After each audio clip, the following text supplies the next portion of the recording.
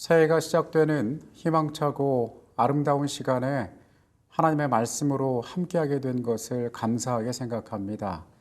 2021년 한 해는 모든 개인과 가정에 하나님의 은혜가 언제나 풍성하게 임하게 되시기를 간절히 바라겠습니다. 이 시간 함께 말씀을 열어 우리가 이 귀한 시간에 주시는 은혜들을 살필 때에 하나님께서 각자의 심령에 필요한 기별들을 허락하시기를 또한 간절히 원합니다. 2014년 실리콘밸리의 스타트업 회사인 테라노스는 극소량의 혈액만으로 250여 가지의 질병을 진단할 수 있다는 의학키트 에디슨을 발표하면서 세상을 놀라게 했습니다. 의료 비용이 상대적으로 비싼 미국 시장에서 하나에 $50짜리 진단키트로 중증 질병까지 진단이 가능하다는 점에서 에디슨이 의료시장에 가져온 영향력은 엄청났습니다. 월그린 등의 대형 유통사들은 앞다투어 투자와 계약을 맺었으며 이 회사의 시장 가치는 단숨에 $10억 넘게 되었습니다. 그리고 최고 정점에는 무려 90억 원까지 상승하게 되었습니다. 2004년 스탠포드를 중퇴하고 실리콘밸리에서 이 테라노스를 설립했던 엘리자베스 홈즈라는 젊은 여성은 $45억 가치의 자산을 가진 젊은 부호가 되었고 세상은 그녀에 주목하며 제2의 스티브 잡스가 나타났다고 칭송했습니다. 하지만 이 테라노스의 신화는 2015년 월스트리트 저널이 심층 취재한 기사가 세상에 나오면서 무너지기 시작했습니다. 내부 고발자의 증언을 인용한 기사에서 이 에디슨이라는 제품은 실제로는 250여 가지가 아닌 10가지의 질병 정도밖에는 진단할 수 없는 가짜 제품이라고 밝힌 것입니다. 2016년 회사는 미국 주식시장에서 퇴출됐고 $90억 달했던 가치는 제로가 됐습니다. 엘리자베스 홈즈는 그녀의 수려한 외모와 여러 가지 배경들 그리고 뛰어난 화술로 사람들의 주목을 받고 어마어마한 투자를 유치했지만 지금은 연방법원에 고소되어서 재판을 받는 신세가 되었습니다. 중요한 것은 처음부터 만능 진단 키트라는 것은 세상에 존재하지 않았다는 사실입니다. 사람들은 이루어지지 않은 일을 이루어졌다고 말하는 그들의 말을 믿고 투자를 하고 기대를 품었습니다.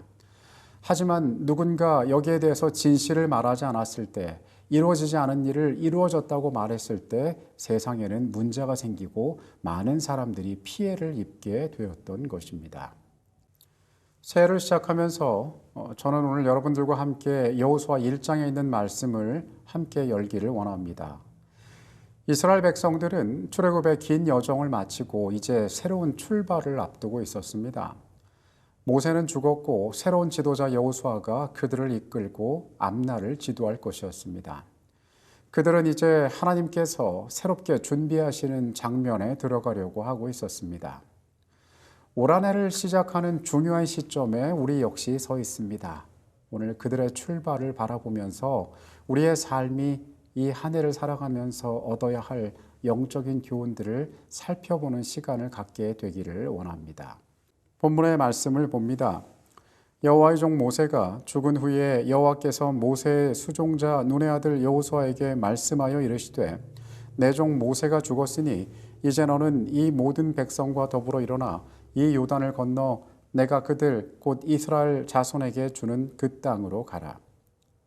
이제 이 요단을 건너서 내가 너에게 주는 그 땅으로 가라라는 하나님의 이 선언은 이스라엘 백성들에게 가슴 벅찬 선언이었을 것입니다. 그들은 지난 40여 년간 광야에서 떠돌면서 가나안 땅을 소망했습니다. 이미 그들이 출애굽하던 그 순간부터 약속의 땅은 가나안이었습니다. 모든 생활의 초점은 그 마지막 종착지는 가나안에 맞추어져 있었습니다. 젖과 꿀이 흐르는 땅이라 부르던 그곳은 그들이 살아가던 광야와는 다른 땅이 될 것입니다. 그것은 하나님의 축복의 상징이었고 어떤 의미에서 완성으로 여겨지기까지 했습니다. 그런 그들에게 요단을 건너라는 선언, 그곳에 들어가라는 선언은 이제 새로운 시대가 완성될 그런 시점에 와 있었음을 알리는 말이었습니다. 3절과 4절입니다. 내가 모세에게 말한 바와 같이 너희 발바닥으로 밟는 곳은 모두 내가 너희에게 주었노니 곧 광야와 이 레바논에서부터 큰 강 곧 유브라데 강까지 해쪽 속의 온 땅과 또 해지는 쪽 대해까지 너희의 영토가 되리라. 하나님께서는 3절에서 너희 발바닥으로 밟는 모든 곳을 내가 너희에게 주었다라고 말씀하십니다. 그런데 이 주었다라는 말이 문법적으로 굉장히 흥미로운 부분이 있습니다. 흔히 언어에는 시제라는 것이 있습니다. 이 시제라는 것이 무엇이냐면은 무슨 일이 일어난 특정한 시간을 바라볼 수 있는 기준이 되는 말을 의미합니다. 우리가 미국에서 쓰고 있는 영어라는 언어는 이 시간의 순서를 비교적 정확하게 알 수 있는 그런 언어입니다. 오히려 한국말보다 영어가 시간에 대한 표현은 더 정확한 부분이 있다고 학자들이 이야기하기도 합니다. 흔히 한국말에서 이 시간을 나타내는 개념은 미래와 현재 그리고 과거로 나뉩니다. 그런데 이 구약 성경에 쓰여진 히브리어라는 언어는 굉장히 흥미롭게도 이 시간을 나타내는 기준이 딱 두 가지밖에 존재하지 않습니다. 이 두 가지의 기준은 무엇이냐면 한 가지는 완료, 어떤 일이 이루어졌다. 또 한 가지는 미완료, 그것이 아직 이루어지지 않았다라는 것을 의미하는 말로 쓰이고 있습니다. 예를 들면 나는 밥을 먹었다라는 것은 완료입니다. 그래서 밥을 먹은 사실이 과거에 일어났기 때문에 주로 완료형은 과거를 나타낼 때 쓰이고 나는 밥을 먹을 것이다 라는 말은 미래에 관한 말입니다. 그래서 미완료로 쓰인 동사는 미래를 나타냅니다. 이 3절에 나오는 하나님께서 그 땅을 주었다라는 표현에 나오는 히브리어 네타틴이라는 말은 히브리어 동사의 완료형으로 쓰였습니다. 아직 이스라엘 백성들은 가나안 땅에 도착하지 않았습니다. 그들이 그 땅을 취하지 않았습니다. 그 땅을 밟아보지도 않았습니다. 그런데 하나님께서 3절에 뭐라고 말씀하신다고요? 그 땅을 이미 너희에게 줄 것이다가 아니라 주었다라고 이야기하시는 것입니다. 성경의 표현이 적합해 보이지 않습니다. 이것이 해석의 문제인가라고 생각해 보면 그렇지 않습니다. 히브리어에 두 가지밖에 없는 동사 가운데 하나님께서 이 가나안 땅을 너희에게 줄 것이다가 아니라 이미 너희에게 준 바 되었다라고 말씀하시는 것입니다. 3절의 말씀이 문법적으로 문제가 없다면 우리는 또 이런 생각을 해볼 수 있습니다. 그곳이 아직 도착하진 않았지만 하나님께서 미리 그곳에 땅의 모든 것들을 아름답게 준비하시고 그곳의 여건과 형편을 준비하셔서 이스라엘 사람들이 딱 거기에 도착해서 정착하기만 되게 하나님께서 편의에 맞게 준비해 두셨구나라고 생각할 수 있습니다. 그러나 실상은 그렇지 않았습니다. 가나안 땅에는 이미 강성한 민족이 살고 있었습니다. 첫 도성인 여리고가 그들과의 일절을 준비하고 있었고 그 땅에 그곳을 차지하고 있던 수많은 강한 민족들이 여전히 거기 있었습니다. 이스라엘 백성들을 위하여 그 땅이 온전하게 예비된 곳이 아니었습니다. 우리는 이 사사기의 역사까지 포함해서 이스라엘 백성들의 가나안 정복 역사의 결과를 성경에서 볼 수 있는데 하나님께서 약속하신 그 땅을 너에게 주었다라고 말씀하시는 이 약속은 대단히 부분적으로만 성경에서 성취되었습니다.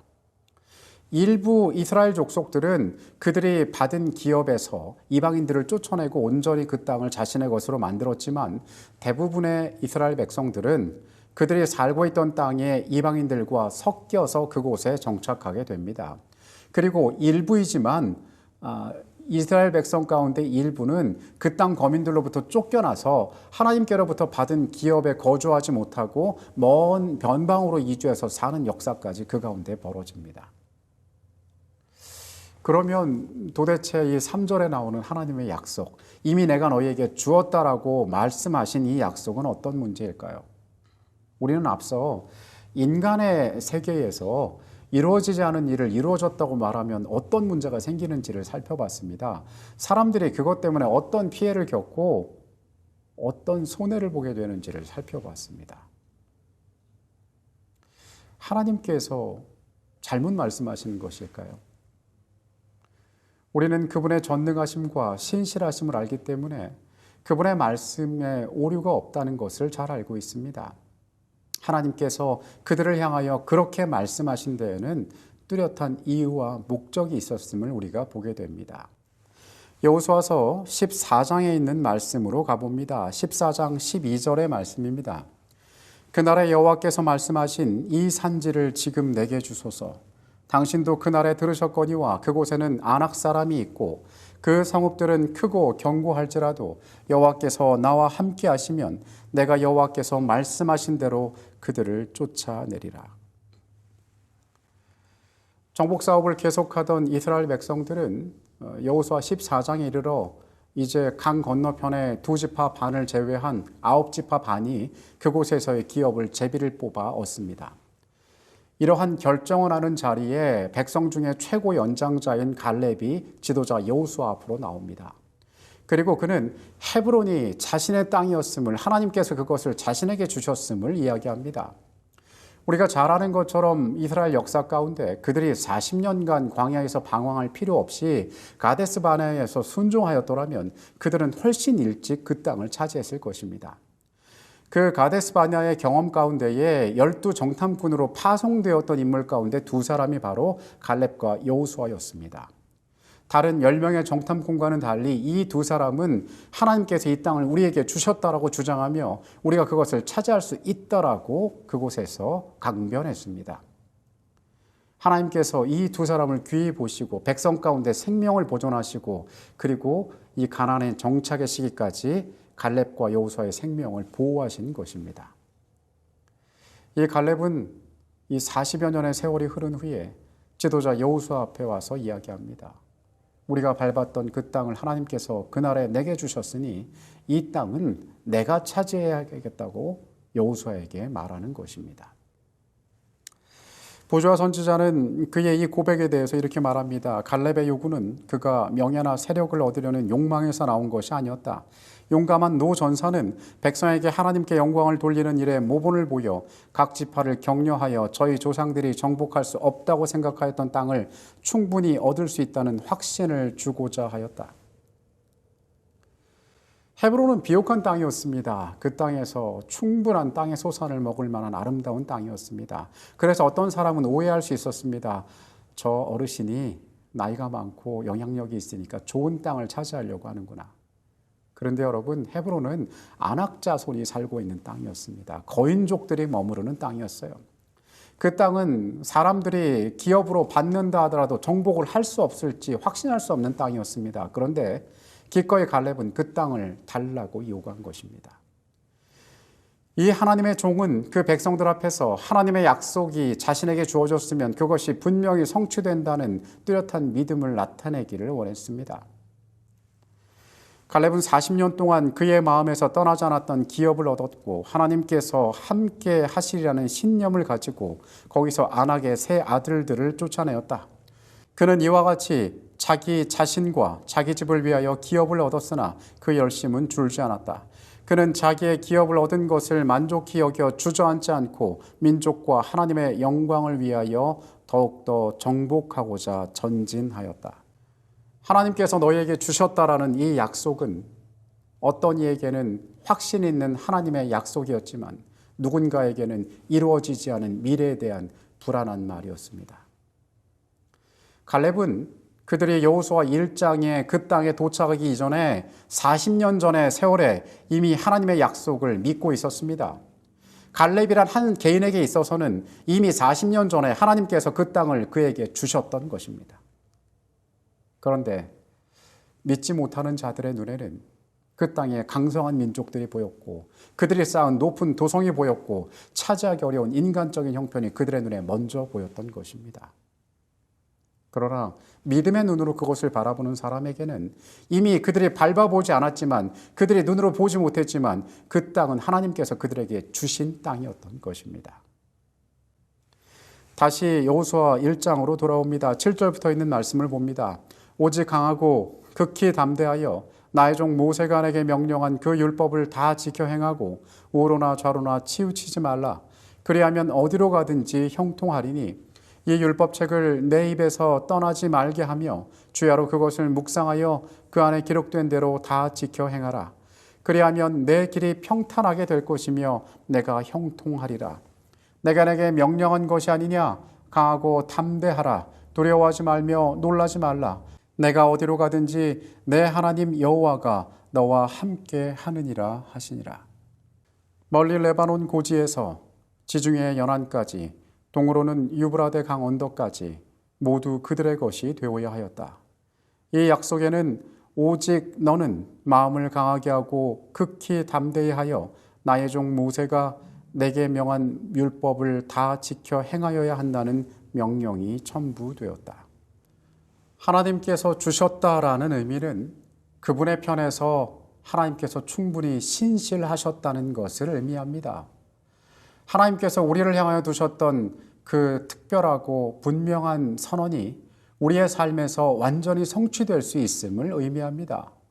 만약 우리가 그분의 말씀을 믿고 신뢰하고 그것을 사실로 여기고 주장한다면 우리의 삶에 있어서 그분께서 약속하신 것들을 얻을 수 있음을 성경의 역사는 우리에게 이야기하고 있습니다. 새로운 한 해가 시작되고 있습니다. 하나님의 수많은 뚜렷하고 선명한 축복의 약속들은 우리의 삶을 향하여 언제나 주어져 왔습니다. 그러나 우리의 삶 가운데서 왜 그것들이 이루어지지 않는지에 대하여 오늘 우리는 생각해 볼 필요가 있습니다. 이스라엘 백성들은 하나님께서 그들에게 이미 주셨다라는, 완료되었다라는 그 선언 가운데도 불구하고 왜 그 땅을 차지하지 못했는지 우리는 성경의 교훈 가운데 살피고 배울 필요가 있습니다. 하나님께서는 신실하신 분입니다. 그분의 약속을 변개하지 않고 변경할 수도 없습니다. 지난해는 우리는 인간이 가진 성실과 신실함이 얼마나 무가치한 것인지를 절실하게 깨달았습니다. 사람의 모든 계획들이 취소되고 연기되고 지키지 못한 수많은 약속들이 생겨난 한 해였습니다.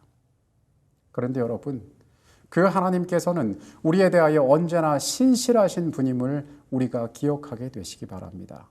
우리 편에서의 순종과 우리 편에서의 믿음이 존재한다면 하나님의 약속은 우리 가운데 결코 이루어지지 못하는 법이 없는 것입니다. 한 해를 시작하면서 중요한 가치들을 함께 기억하게 되시기를 원합니다. 먼저 하나님께서 어떠한 분이신지를 기억하게 되시기 바랍니다. 이스라엘 백성들은 이 40여 년의 광야의 생활 동안 하나님께로부터 큰 은혜와 특권을 누렸습니다. 그들은 낮에는 구름 기둥으로 밤에는 불 기둥으로 돌봄을 받았고 만나로 그들을 하나님께서 먹이셨고 그들의 의복과 신발이 헤아려지지 않았습니다. 이 모든 돌봄의 목적과 이 모든 교육에 하나님의 의도가 어디에 있었을까요? 우리가 이렇게 광야에서 임시로 살지만 가나안 땅에 들어가면 젖과 꿀이 흐른다고 했으니까 거기에는 더 좋은 집 지어주고 더 좋은 음식 먹여주겠지? 하나님의 의도는 그러한 것이 아니었습니다. 그분께서는 하나님께서 합당치 않은 여건 가운데 그들의 삶에 공급하고 그들을 살게 하신 모든 경험들을 통하여 하나님을 신뢰하기를 원하셨습니다. 그들은 그 땅에 들어가서 강한 상대를 만났더라도 어려운 여건을 만났더라도 그들의 부족을 만날 때마다 그들을 먹이시고 그들을 살게 하셨던 하나님의 손길을 기억해야만 했습니다. 마찬가지로 우리의 삶 가운데 하나님께서 두셨던 그 모든 공급과 부어주심, 하나님의 은혜들을 우리의 삶이 언제나 기억하고 잊지 않게 되시기 바랍니다. 우리가 그분의 신실하심을 기억해야 합니다. 세상과 다른, 인간과 다른 하나님의 신실하심이 우리 가운데 언제나 있음을 우리는 잊지 않아야 할 것입니다. 두 번째로 우리는 하나님을 신뢰해야 합니다. 갈렙은 그 백성 가운데 다른 생각을 품고 있던 자였습니다. 그리고 그의 그 믿음이 그를 광야에서 죽게 만들지 않고 다른 사람들과 달리 약속의 땅을 밟게 만들었던 것입니다. 하나님께서 주셨다라는 약속은 이미 40년 전에 이 갈렙의 개인의 생애 가운데에선 이루어진 약속이었습니다. 오늘 우리의 믿음의 눈으로 우리는 세상을 바라보고 하나님께서 주신 약속들을 신뢰해야 합니다. 앞서 이야기한 것처럼 사람의 말은 믿을 수가 없습니다. 사람의 말에는 한계가 있습니다. 사람의 말에는 오류가 있을 수 있습니다. 그래서 이 세상에서 길들여진 우리는 그것이 틀리면 어떡하지? 그것이 잘못되었으면 어떡하지? 그것이 이루어지지 않은 일을 이루어졌다고 말하면 어떡하지라고 염려할 때가 있습니다. 그러나 여러분, 하나님께서 주셨다는 그 선언을 갈렙이 그러했던 것처럼 우리의 삶이 신뢰하게 되시기 바랍니다. 그때 우리의 영적인 안목은 띄어지고 우리는 이 세상에서 우리가 경험할 수 없는 하나님의 다른 축복들을 경험할 수 있게 될 것입니다. 마지막으로 그분 앞에 순종하게 되시기 바랍니다. 오늘 이스라엘 백성의 경험 가운데 우리가 다시 한번 이 중요한 출발에 앞서 확인하는 사실은 하나님의 백성들에게 정말 중요한 것은 노력이 아니라 순종이란 사실입니다. 7절부터 9절까지 하나님께서 말씀하십니다. 너희가 나의 율법에 순종하고 내 뜻에 따라 살면 내가 이 모든 축복들을 너희에게 가능하도록 하겠다는 것을요. 사사기의 긴 역사에서 보지만 그들의 치명적인 죄악은 하나님을 잊어버리는 것이었습니다. 우상이 그들 가운데 있는 것이었습니다. 그들이 하나님이 기뻐하시지 않는 일을 하는 것이었습니다.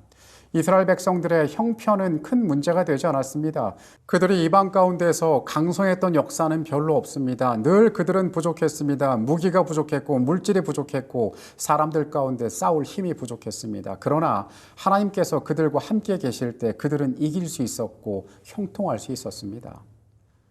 오늘 하나님의 백성인 우리의 삶 역시 마찬가지입니다. 우리의 삶이 세상적인 어떠한 노력과 최선에도 불구하고 우리의 삶이 완성되고 성취될 수 없다는 사실을 우리는 깨달아야 합니다. 오직 우리를 약속 가운데로 인도할 수 있는 것은, 우리를 형통하게 할 수 있는 것은 하나님 앞에 순종하는 것입니다. 오늘 우리는 그분의 말씀들의 약속을 되돌아보아야 합니다. 그리고 그것에 어떻게 하면 하나님 앞에 온전히 설 수 있는지, 그분께 기쁨이 될 수 있는지가 우리의 첫 번째 관심사가 되어야 합니다. 우리가 그 사실에 주목할 때 우리의 삶에 다른 번영과 다른 축복들은 자연스럽게 뒤따라올 수 있기 때문에 그렇습니다. 이 엄숙한 시간에 우리의 노력이 아닌 우리의 순종을 통하여 영적인 완성을 이루어 나가기로 결심하게 되시기 바랍니다. 교육 149페이지에 있는 말씀입니다. 갈렙과 여호수아는 이스라엘 백성과 같이 40년간의 방랑을 함께 나누었으나 약속된 땅에 들어갔다. 여호와의 군대와 더불어 애굽을 떠날 때에 가졌던 것과 같은 용감한 마음을 가지고 갈렙은 거인들의 요새를 그의 분깃으로 달라고 하여 받았다. 그는 하나님의 능력을 힘입어 가나안 족속들을 몰아냈다. 그의 발로 걸어 다녔던 포도원과 감람나무 숲은 그의 소유가 되었다. 겁장이와 반역자들은 광야에서 멸망했지만 믿음의 사람들은 에스골의 포도를 먹었다. 여러분, 이 한 해 우리가 하나님께서 우리를 향하여 주셨다라고 말씀하신 그 축복들을 우리가 믿음으로 주장하고 그분 앞에 순종함으로 갈렙이 그러했던 것처럼 그분께서 우리에게 선물하시는 에스골의 포도를 먹게 되시기를 간절히 바라겠습니다. 다 같이 기도하시겠습니다. 아버지 하나님, 은혜로 우리에게 주신 새로운 한 해가 시작되고 있습니다. 주님, 이 시간들 가운데 우리의 연약한 지혜로 짜낸 계획이 아니라 하나님의 선한 계획을 우리가 찾아 발견하게 하여 주시옵소서. 우리의 삶을 향하여 이미 주셨다라고 말씀하신 하나님의 말씀을 신뢰하고 따르도록 우리의 심령에 역사하여 주시옵소서. 갈렙이 주장했던 것처럼 주께서 우리에게 베풀어 두신 은혜들을 우리가 주장하며 우리가 하나님의 선한 뜻에 순종하여 살아갈 때에 아름다운 믿음의 삶으로 열매 맺을 수 있도록 이 한 해의 시간에 같이 하여 주시옵소서. 거룩하신 예수 그리스도의 이름으로 기도합니다. 아멘.